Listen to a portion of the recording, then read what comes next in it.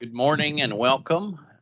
State Funding Board meeting for June 27th, 2023. I call the meeting to order. Note the presence of a physical quorum for the meeting today. The first item of business on our agenda is consideration and approval of the minutes from the April 26, 2023 meeting. Members, I hope you took time to review those minutes in the packet provided to you in preparation. We have a motion and a second to bring the minutes before us. Second. Have a motion properly seconded. Any questions or discussions or corrections to the minutes? Hearing none, all in favor of approving the minutes as presented, please respond by saying aye. Aye. The minutes are approved. Next up, we have a report from the Department of Economic and Community Development for approval of funding for, looks like, one fast track project today. And so we have Commissioner McWhorter and Paul Vandermeer and Alan Borden. You are all recognized in whatever order you might want to go. Good morning. Thank you for having us. As you said, Chair, we've got one project today. We obviously are very busy, but we just have one to present to you today. But before we do, I will hand it over to Assistant Commissioner Paul Vandermeer to walk through the report of the funding. Good morning. I present the fast track report, financial report. As of the last meeting, we had a balance of $241.7 million. Since then, we've had new appropriations of $43,685. And that's $40 million is a supplemental for LG Chem. And then the $3,685,000 is fast track interest that was earned for the months of March and April. We've had deobligated funds of $35,151. Fast track funds transferred from fast track is $2,380,000, and that relates to the acquisition of a site in Coffee County, which is about 1,900 acres. It was $20.5 million appropriated in the 2024 budget for the acquisition of this site. In order to purchase that price, it was going to cost another $2,380,000. You're asking approval to be able to transfer that. It's going to go over to General Services to help support the purchase of that piece of property. At the next funding board meeting, we'll probably go with the request to transfer the $20.5 million that was appropriated next year to go along with that to General Services to complete that purchase. There are also possibly up to another $150,000 of fees that are associated with that for surveys and deeds, processing the deed and the actual closing costs. And we would pay for that. General Services would bill us that, and we'd pay for that out of fast track administration, whatever those fees might be associated with that. Any questions about that? Questions? No? Fast track grants greater than $750,000 is $25,955,800. Fast track grants less than $750,000 is $3.6 million.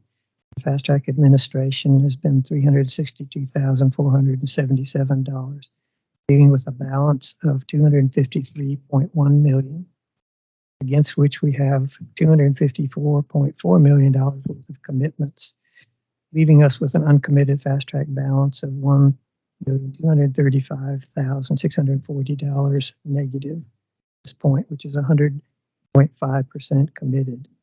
The proposed grants today, the grant today is $411,000, would leave us with an uncommitted balance of negative $1,646,640.65, which is 100.7% committed. We had a fast track meeting yesterday.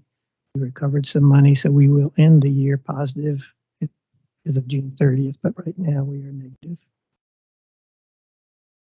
Members, any questions or comments? If not, keep on keeping on. Thank you. Okay. Thank you, Paul. So the one project today is American Water Heater Company, Johnson City in Washington County. American Water Heater Company is a subsidiary of A.O. Smith Corporation out of Milwaukee, Wisconsin. American Water Heater has long been at the forefront of the water heater industry, consistently delivering high quality products that enhance the lives of millions of people across the country. Originally, American Water Heater Company committed to create 26 net new jobs and make a $17.5 million capital investment within 5 years. The company has committed recently to create additional 80 net new jobs for a total of 106 net new jobs, and make an additional $17.7 million capital investment. So between the two commitments, it takes the total capital investment to just over $35 million of capital investment within 5 years. So $35 million and a total of 106 new jobs. Fast Track Job Training Assistance Program funds will be used to train the net new full-time employees for a total of $424,000. There is a current Fast Track Job Training Assistant Program executed grant in the amount of $13,000. So we're adding this amount to the $13,000 to make it the $424,000. But the current request today is to increase the existing Fast Track Job Training Assistant Program funds for $411,000. But I've failed to mention that these jobs, in this particular case, the average hourly wage for this project is $23.99, which is substantially higher than the county median wage of $17.45. So with that, that concludes the one project. Very good. Thank you. Glad to see the continued success of American Water Heater. Commissioner, in regard to this grant, has the company signed the incentive acceptance forms, and do they fully understand the agreement? They have, yes. Have the checklist been completed for this project? It has, yes. And does this project include an accountability agreement, which would provide a protection to the state in the event the entity could not fulfill its agreement? It does, yes. Thank you. Members, do we have a motion? Second. We have a motion. Second. Properly seconded to approve the American Water Heater Grant. Any questions or discussion? If not, all those in favor, please respond by saying aye. Aye. The item is approved. Thank you very much. Thank you all very much. Thank you. Next on the agenda today, we have presentation and consideration for approval of the Tennessee Housing Development Agency's schedule of financing for the fiscal year 2023-2024. Bruce Balcom, you're going to present, and you are recognized. Mr. Chairman and distinguished gentlemen, as you are all probably aware, Tennessee Housing Development Agency's enabling legislation requires us annually to provide a schedule of financing. The agency provides it to the board for approval, and then it comes to this board for final review and approval. It is a good faith estimate and is not binding on the agency, and it is supposed to show the upcoming fiscal year expected issuances of bonds, and then to also give some historical context of how the agency has utilized its bond authority in the past. If there's any questions, I'd be happy to answer.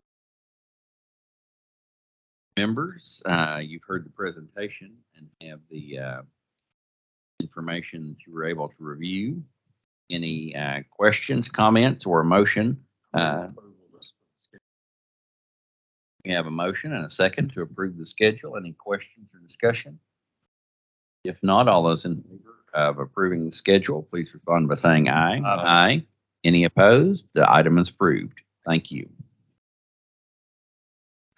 Members, next on our agenda today is consideration and adoption of written guidelines to comply with Public Chapter 300 that reserves a period for public comment. This past legislative session, the legislature presented and adopted legislation that provides for public comment at meetings like this, at local government meetings, practically at every meeting. And so what we're going to need to do in the long run is promulgate rules and put rules into place. But in order to meet the letter and the spirit of the law that passed this year, Comptroller's Office has worked very closely with the Attorney General's Office and others to come up with some guidelines that we need to adopt so that we can, beginning July 1st, meet, as I said, both the letter and spirit of the law. I hope you took time in preparation for this meeting to review the proposal in your packet. Summarizing very quickly, our new guidelines will require written notification to request to speak be sent and received by the Assistant Secretary of the State Funding Board 2 business days in advance of the meeting. It also specifies what should be included, like the speaker's name, item they want to speak on, and so forth. These guidelines will say that the public comment period for the State Funding Board will be held at the beginning of the meeting once the meeting's been called to order. Speakers will be limited to 2 minutes per person per agenda item, with a maximum of 2 speakers in favor and 2 speakers opposed to each agenda item. Speakers shall identify themselves at the beginning of their allotted time and stay on the topic. Speakers shall conduct themselves in a respectful manner, and we ask to remove themselves if they engage in threatening or disruptive speech. The board, at its discretion, may ask relevant questions of speakers, and the chairman may extend the allotted time frame or the number of speakers for a particular agenda item if the circumstances reasonably require it. Again, these are proposed guidelines that we will need to adopt in front of promulgated rules that we will eventually adopt. But in order that we might consider this, I'd appreciate I'll move the item and properly seconded, and we'll open for questions or discussion. If none, Ms. Secretary. So, Mr. Comptroller, did you mention the time limit? I did. In the proposed item I have moved here, speakers will be limited to 2 minutes per person per agenda item, the maximum of 2 speakers in favor and 2 speakers opposed to each agenda item. I hope that we'll keep a watch on that. My concern is multiple. Number one is that is 2 minutes long enough? Number two, how do you determine the 2 people? I guess it's going to be first come, first serve, or the 2 people that are for and against. And also, what if someone isn't one of those 2? They legitimately just have questions they want to be asked during that public comment period. They can't be, you can't really define whether or not they're for or against because they don't even know yet. So I just hope that we'll kind of keep a watch on this and try to adapt as necessary. I know the chairman has the ability, some flexibility to change that as needed. So I just want to make sure we err on the side of transparency and err on the side of giving people the opportunity to have their say. But these do appear reasonable. I just hope that if we reach a point where they appear they're not reasonable, that we will make some adjustments. Thank you very much. Commissioner? Thank you. I'll concur with what the secretary said, but I also believe it was wise to have some leeway for the chairman to make some adjustments, especially as this is a new policy. And what I hope that as we try this out as we're developing rules, we're trying it out and we'll identify the issues, make it more difficult. Have a little bit of a try before you make a rule. Thank you, Mr. Comptroller, and your office for working. Look forward to seeing how this evolves. Thank you very much. The one thing that I will say, Secretary, and particularly in regard to your comments, is that I don't think in the letter or spirit of law this was meant to be a question period. It was meant to be a comment period. And so I'm doubtful that we would enter into a situation where speakers were able to come up and begin to ask questions. And that precedent is out there at public comment periods in particular local governments who have them already. So I would say that it'd be more of a period for public comment rather than questions directed at various people. I understand that is the one point in the meeting, though, where someone has the ability to come up and make their comments unless recognized by the chair during the regular part of the meeting. So, honestly, I Algonquin public out there would think that would be their opportunity to get recognized and come forward and raise questions, whether or not they're expecting a direct answer to their question at that point. I think they may not be categorized as for or against, but merely questioning, trying to raise an issue. Certainly, and I agree. I think they could pose a question in their comment period, Yes. whether a direct answer was given at that point in time or not. Agreed. Any further questions or comments? Members, all I will say is, again, we're adopting guidelines right here. We will be adopting and promulgating rules in the future. So be thinking about language that you want to be a part of this. And let's have that ready when the time comes. Hearing no other comments or questions, all in favor of this item, please respond by saying aye. Aye. Any opposed, like sign. The item is approved. Next on the agenda today, we have consideration for approval of updates to the budget and debt manuals. Steve Osborne from Local Government Finance will be presenting. And Steve, I'll ask you to be brief in summary of these items. And you've had an opportunity to look at. Thank you, Comptroller, members of the board. Said we bring before you our debt manual and our budget manual updates. The substantive updates on these manuals are due to the planning of our WWFB and the UMR into the Tennessee Board of Utilities. This changes our budget manual, update sections compliant with TBOR, and also brings utility energy authorities under our debt guidance. We also have before you updates to two of our guidelines, our IDB reporting.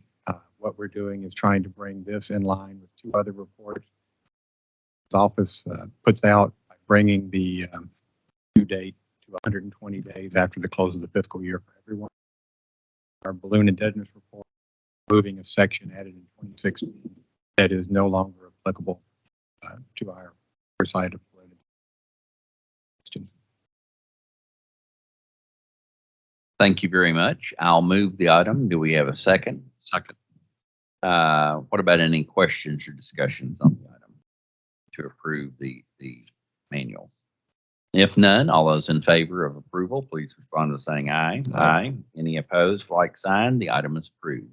Thank you, Steve. Next on our agenda, we have a motion. We have a excuse me. Consideration and acceptance of the Tennessee Consolidated Retirement System affirmation of standby commercial paper purchase agreement. Sandy Thompson, you're going to present on this. Excuse me, Mr. Chair. I believe that we did pass over item number 6, which is the annual review of the Tennessee State Funding Board debt My management fault. policy. My fault. Thank you. Sorry about that. Now let's go back, members, to item number 6 on the agenda, which is the annual review of the Tennessee State Funding Board's debt management policy. Sandy Thompson presenting. You're recognized. Thank you, Mr. Chair. This is very brief. As you all know, we review our debt management policy on an annual basis as required by our debt management policy. And we did not have any material changes. We had a couple of minor changes that were more grammatical. For example, we did change the acronym of CAFR, of annual financial reporting, to ACFR. And so those were the types of changes that we made. And so all we are asking for is for your acknowledgement of the changes that we've made. Acknowledgement or approval? Acknowledgement in this case. So members, any comments or questions? If not, we'll consider the item acknowledged. Thank you very much. And we should be back in order now with item number 8, consideration and acceptance of the Tennessee Consolidated Retirement System affirmation of the standby commercial paper purchase agreement. Sandy Thompson, you're recognized. Thank you, Mr. Chair. The Comptroller received a letter from the Chief Investment Officer of the Tennessee Consolidated Retirement System that was addressed to the Secretary of the State Funding Board, yourself, that affirms that it does not plan to terminate its contract prior to July 1 of 2024 to serve as a standby purchaser under the state's commercial paper program. The draft letter is in your board packet from the Secretary of the State Funding Board, to the Chief Investment Officer of TCR that affirms that the State Funding Board also does not plan to terminate the contract prior to July 1 of 2024 and requests that we submit this letter to affirm that the State Funding Board will not terminate this contract. Thank you very much. With great appreciation to the treasurer and everybody at TCRS, I'll move that we accept the letter from TCRS and authorize the comptroller to notify TCRS on behalf of the board and to execute and send a letter to TCRS to affirm that the State Funding Board will not terminate this contract. I have a motion properly seconded. Any questions or discussion?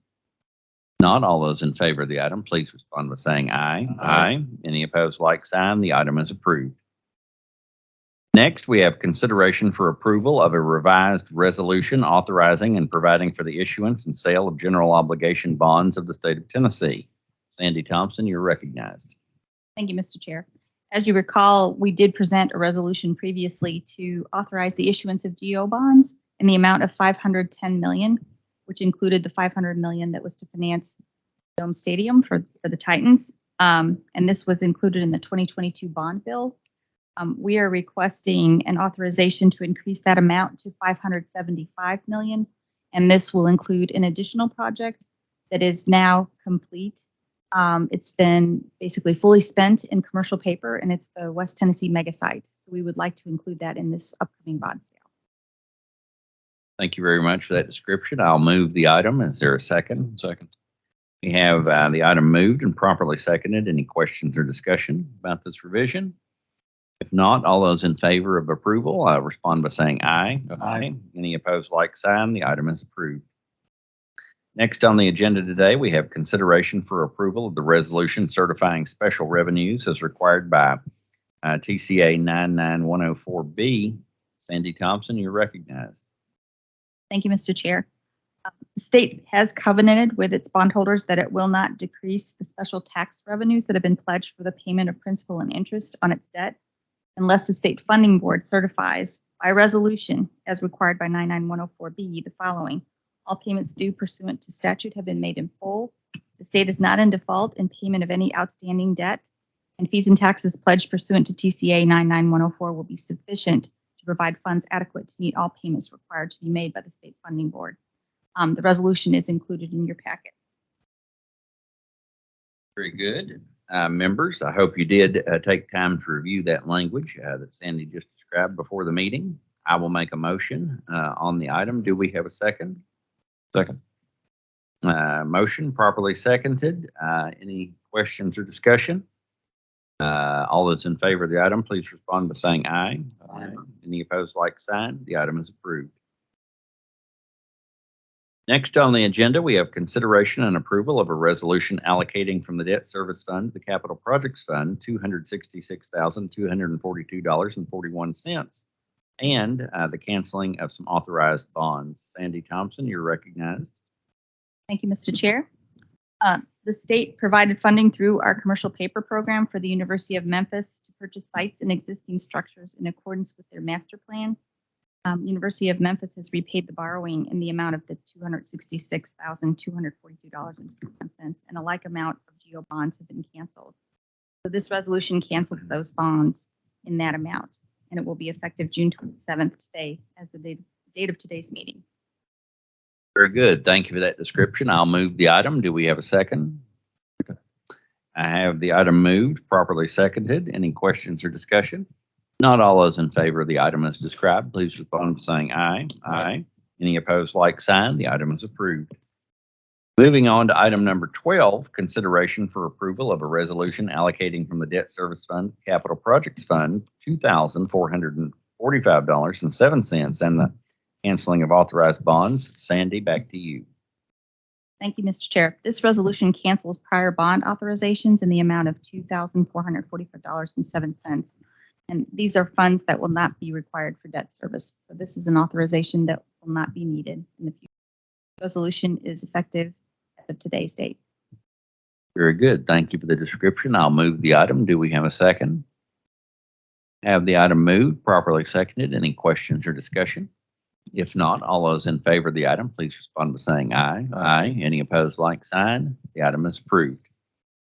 Moving on to lucky number 13, consideration for approval of a resolution certifying and authorizing the allocation of funds to the sinking fund for the 2023-2024 fiscal year. Sandy Thompson presenting.